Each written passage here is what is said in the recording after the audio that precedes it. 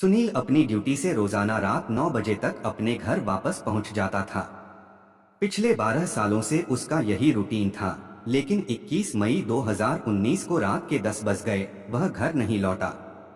पत्नी सुनीता को उसकी चिंता होने लगी। उसने पति को फोन मिलाया तो फोन भी स्विच्ड ऑफ मिला। वह परेशान हो गई कि करे तो क्या करे। घर से कुछ दूर ही सुनीता का देवर राहुल रहता था। सुनीता अपने 18 वर्षीय बेटे नवजोत के साथ देवर राहुल के यहाँ पहुंच गई। घबराई हुई हालत में आई भाभी को देखकर राहुल ने पूछा, भाभी क्या हुआ, आप इतनी परेशान क्यों हैं? तुम्हारे भैया अभी तक घर नहीं आए, उनका फोन भी नहीं मिल रहा, पता नहीं कहाँ चले गए। मुझे बड़ी चिंता हो रही है, तुम जाकर उनका पता लगा। मेरा तो दिल घबरा रहा है। उन्होंने 8 बजे मुझे फोन पर बताया था कि थोड़ी देर में घर पहुंच रहे हैं, खाना तैयार रखना, लेकिन अभी तक नहीं आए। 45 वर्षीय सुनील मूल रूप से उत्तर प्रदेश के रहने वाले मोहनलाल का बड़ा बेटा था। सुनील के अलावा उनके 3 बेटे और 1 बेटी थी, सभी शादीशुदा थे। सुनील लगभग 13 बरस पहले काम की तलाश में लुधियाना आया था। कुछ दिनों बाद यहीं के जनकपुरी इंडस्ट्रियल एरिया स्थित प्रवीण गर्ग की धागा फैक्ट्री में उसकी नौकरी लग गई। फिर वह यहीं के थाना सराभा नगर के अंतर्गत आने वाले गांव सुनेत में किराए का घर लेकर रहने लगा। बाद में उसने अपनी पत्नी और बच्चों को भी लुधियाना में अपने पास बुला लिया। जब सुनील ने धागा फैक्ट्री में अपनी पहचान बना ली तो अपने छोटे भाई राहुल को भी लुधियाना बुलवा लिया। उसने राहुल की भी एक दूसरी फैक्ट्री में नौकरी लगवा दी। राहुल भी अपने बीवी बच्चों को लुधियाना ले आया और सुनील से 2 गली छोड़कर किराए के मकान में रहने लगा। पिछले 12 सालों से सुनील का रोज का नियम था कि वह रोज ठीक 8:30 बजे काम के लिए घर से अपनी इलेक्ट्रिक साइकिल पर निकलता था और 8:45 बजे अपने मालिक प्रवीण गर्ग की गुरुदेव नगर स्थित कोठी पर पहुंच जाता। वह अपनी साइकिल कोठी पर खड़ी करके वहां से फैक्ट्री की बाइक द्वारा फैक्ट्री जाता था। इसी तरह वह शाम को भी 8:30 बजे छुट्टी कर फैक्ट्री से मालिक की कोठी जाता और वहां बाइक खड़ी कर अपनी इलेक्ट्रिक साइकिल द्वारा 9 बजे तक अपने घर पहुंच जाता था। पिछले 12 सालों में उसके इस नियम में 10 मिनट का भी बदलाव नहीं आया था। 21 मई 2019 को भी वह रोज की तरह काम पर गया था, पर वापस नहीं लौटा। इसलिए परिजनों का चिंतित होना स्वाभाविक था। राहुल अपने भतीजे नवजोत और कुछ पड़ोसियों को साथ लेकर सबसे पहले अपने भाई के मालिक प्रवीण गर्ग की कोठी पर पहुंचा। प्रवीण ने उसे बताया कि सुनील तो 8:30 बजे कोठी पर फैक्ट्री की चाबियां देकर घर चला गया था। प्रवीण ने राहुल को सलाह दी कि सबसे पहले वह थाने जाकर इस बात की खबर करे। प्रवीण गर्ग की सलाह मानकर राहुल सीधे थाना डिवीजन नंबर 5 पहुंचा और अपने सुनील के लापता होने की बात बताई। उस समय थाने में तैनात ड्यूटी अफसर ने राहुल से कहा, अभी कुछ देर पहले सिविल अस्पताल में एक आदमी की लाश लाई गई थी, जिसके शरीर पर चोटों के निशान थे। लाश अस्पताल की मोर्चरी में रखी है। आप अस्पताल जाकर पहले उस लाश को देख लें, कहीं वह लाश आपके भाई की न हो। राहुल पड़ोसियों के साथ सिविल अस्पताल पहुंच गया। अस्पताल में जैसे ही राहुल ने स्ट्रेचर पर रखी लाश देखी तो उसकी चीख निकल गई। वह लाश उसके भाई सुनील की ही थी। राहुल ने फोन द्वारा इस बात की सूचना अपनी भाभी सुनीता को देकर अस्पताल आने के लिए कहा। उधर लाश की शिनाख्त होने के बाद आगे की कार्रवाई के लिए डॉक्टरों ने यह खबर थाना दुगरी के अंतर्गत आने वाली पुलिस चौकी शहीद भगत सिंह नगर को दे दी। सुनील की लाश उसी चौकी के क्षेत्र में मिली थी। दरअसल 21 मई 2019 की रात 10 बजे किसी राहगीर ने लुधियाना पुलिस कंट्रोल रूम को फोन द्वारा यह खबर दी थी कि पखोवाल स्थित सिटी सेंटर के पास सड़क किनारे एक आदमी की लाश पड़ी है। कंट्रोल रूम ने यह खबर संबंधित पुलिस चौकी शहीद भगत सिंह नगर को दे दी थी। सूचना मिलते ही चौकी इंचार्ज एएसआई सुनील कुमार, हवलदार गुरमिल सिंह, दलजीत सिंह और सिपाही हरपिंदर सिंह के साथ मौके पर पहुंचे। उन्होंने इसकी सूचना एडिशनल डीसीपी 2 जस किरणजीत सिंह, एसीपी साउथ जशनदीप सिंह के अलावा क्राइम टीम को भी दे दी थी। लाश का निरीक्षण करने पर उसकी जेब से बरामद पर्स से 65 रुपए और एक मोबाइल फोन मिला। फोन टूटी फूटी हालत में था। जिसे बाद में चंडीगढ़ स्थित फोरेंसिक लैब भेजा गया था। लाश के पास ही एक बैग भी पड़ा था जिसमें खाने का टिफिन था। मृतक के सिर पर चोट का निशान था जिसका खून बहकर उसके शरीर और कपड़ों पर फैल गया था। उस समय लाश की शिनाख्त नहीं हो पाने पर एसआई सुनील कुमार ने मौके की कार्रवाई पूरी कर लाश सिविल अस्पताल भेज दी थी। अस्पताल द्वारा लाश की शिनाख्त होने की सूचना एसआई सुनील कुमार को मिली तो वह सिविल अस्पताल पहुंच गए। उन्होंने अस्पताल में मौजूद मृतक की पत्नी सुनीता और भाई राहुल से पूछताछ कर उनके बयान दर्ज किए और राहुल के बयानों के आधार पर सुनील की हत्या का मुकदमा अज्ञात हत्यारों के खिलाफ दर्ज कर आगे की तहकीकात शुरू कर दी। एसआई सुनील कुमार ने मृतक की फैक्ट्री में उसके साथ काम करने वालों के अलावा उसके मालिक प्रवीण गर्ग से भी पूछताछ की। यहाँ तक कि मृतक के पड़ोसियों से भी मृतक और उसके परिवार के बारे में जानकारी हासिल की गई, पर कोई क्लू हाथ नहीं लगा। सबका यही कहना था कि सुनील सीधा साधा शरीफ इंसान था। उसकी न तो किसी से कोई दुश्मनी थी और न कोई लड़ाई झगड़ा। अपने घर से काम पर जाना और वापस घर लौटकर अपने बच्चों में मग्न रहना ही दिनचर्या थी। एसआई सुनील की समझ में एक बात नहीं आ रही थी कि मृतक की लाश इतनी दूर सिटी सेंटर के पास कैसे पहुंची, जबकि उसके घर आने का रूट चीमा चौक की ओर से था। उसकी इलेक्ट्रिक साइकिल भी नहीं मिली। महज साइकिल के लिए कोई किसी की हत्या करेगा, यह बात किसी को हजम नहीं हो रही थी। बहरहाल अगले दिन मृतक की पोस्टमार्टम रिपोर्ट भी आ गई। रिपोर्ट में बताया गया कि मृतक के सिर पर किसी भारी चीज से वार किया गया था और उसका गला चेन जैसी किसी चीज से घोटा गया था। मृतक के शरीर पर चोट के भी निशान थे। इससे यही लग रहा था कि हत्या से पहले मृतक की खूब पिटाई की गई थी। उसकी हत्या का कारण दम घुटना बताया गया।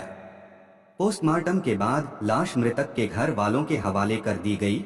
सुनील की हत्या हुए 1 सप्ताह बीत चुका था। अभी तक पुलिस के हाथ कोई ठोस सबूत नहीं लगा था। मृतक की साइकिल का भी पता नहीं चल पा रहा था। एसआई सुनील कुमार ने एक बार फिर इस केस पर बड़ी बारीकी से गौर किया। उन्होंने मृतक की पत्नी, भाई और अन्य लोगों के बयानों को ध्यान से पढ़ा। उन्हें पत्नी सुनीता के बयानों में झोल नजर आया तो उन्होंने उसके फोन की कॉल डिटेल्स निकलवाकर चेक की। सुनीता की कॉल डिटेल्स में 2 बातें सामने आईं। एक तो उसने पुलिस को यह झूठा बयान दिया था कि पति ने उसे 8 बजे फोन कर कहा था कि वह घर आ रहा है, खाना तैयार रखना। लेकिन कॉल डिटेल्स से पता चला कि मृतक ने नहीं बल्कि खुद सुनीता ने उसे 7:15 बजे और 8:30 बजे फोन किए थे। दूसरी बात यह कि सुनीता की कॉल डिटेल्स में एक ऐसा नंबर था जिस पर सुनीता की दिन में कई बार घंटों तक बातें होती थीं। घटना वाली रात 21 मई को भी मृतक को फोन करने के अलावा सुनीता की रात 7:30 बजे से लेकर रात 11 बजे तक लगातार बातें हुई थीं। यह फोन नंबर किसका था, यह जानने के लिए एसआई सुनील कुमार ने मृतक के भाई और बेटे से जब पूछा तो उन्होंने अनभिज्ञता जाहिर की। बहरहाल एसआई सुनील कुमार ने 2 महिला सिपाहियों को सादे लिबास में सुनीता पर नजर रखने के लिए लगा दिया। साथ ही मुखबिरों को सुनीता की जन्म कुंडली पता लगाने के लिए कहा। इसके अलावा उन्होंने उस फोन नंबर की कॉल डिटेल्स निकलवाई तो पता चला कि वह नंबर आई ब्लॉक निवासी मनदीप सिंह उर्फ दीपा का है। मनदीप पेशे से ऑटो चालक था। सन 2018 में वह जालसाजी के केस में जेल भी जा चुका था। मनदीप शादीशुदा था और उसकी 3 साल की एक बेटी भी थी।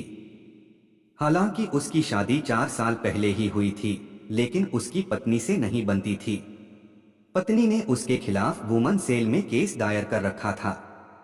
सुनीता पर नजर रखने वाली महिला और मुखबिरों ने यह जानकारी दी कि सुनीता और मनदीप के बीच नाजायज संबंध हैं। इस बीच फोरेंसिक लैब भेजा गया मृतक का फोन ठीक होकर आ गया, जिसने इस हत्याकांड को पूरी तरह बेनकाब कर दिया। एसआई सुनील कुमार ने उसी दिन सुनीता को हिरासत में लेकर पूछताछ की तो वह अपने आप को निर्दोष बताते हुए पुलिस को गुमराह करने के लिए तरह तरह की कहानियां सुनाने लगी। जब उसे महिला हवलदार सुरजीत कौर के हवाले किया गया तो उसने पूरा सच उगल दिया। सुनीता की निशानदेही पर उसी दिन 3 जून को 30 वर्षीय मनदीप सिंह उर्फ दीपा 18 वर्षीय रमन राजपूत, 23 वर्षीय सन्नी कुमार और 21 वर्षीय प्रकाश को भाई रणधीर सिंह चौक से जेन कार सहित गिरफ्तार कर लिया। पूछताछ में सभी ने अपना अपराध स्वीकार करते हुए बताया कि उन्होंने सुनीता और मनदीप के कहने पर सुनील की हत्या की थी। पांचों अभियुक्तों को उसी दिन अदालत में पेश कर 3 दिनों के पुलिस रिमांड पर लिया गया। रिमांड के दौरान हुई पूछताछ में सुनील हत्याकांड की जो कहानी सामने आई, वह पति और जवान बच्चों के रहते पर पुरुष की बाहों में देहसुख तलाशने वाली एक औरत के मूर्खतापूर्ण कारनामे का नतीजा थी। सुनील जब धागा फैक्ट्री में अपनी नौकरी पर चला जाता था तो सुनीता घर पर अकेली रह जाती थी। इसी के मद्देनजर उसने पास ही स्थित प्ले वे स्कूल में चपरासी की नौकरी कर ली। पति पत्नी के कमाने से घर ठीक से चलने लगा। इसी प्ले वे स्कूल में मनदीप उर्फ दीपा की बेटी भी पढ़ती थी। पहले मनदीप की पत्नी अपनी बेटी को स्कूल छोड़ने और लेने आया करती थी, पर एक बार मनदीप अपनी बेटी को स्कूल छोड़ने आया तब उसकी मुलाकात सुनीता से हुई। सुनीता को देखते ही वह उसका दीवाना हो गया। हालांकि सुनीता उससे उम्र में 10 से 11 साल बड़ी थी, पर उसमें ऐसी कशिश थी जो मनदीप के मन भा गई। यह बात करीब 9 महीने पहले की है।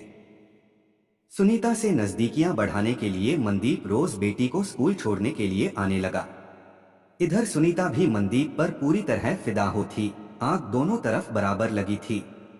इसका एक कारण यह था कि अपनी उम्र के 40वें पड़ाव पर पहुंचने के बाद और 3 युवा बच्चों की मां होने के बावजूद सुनीता के शरीर में गजब का आकर्षण था।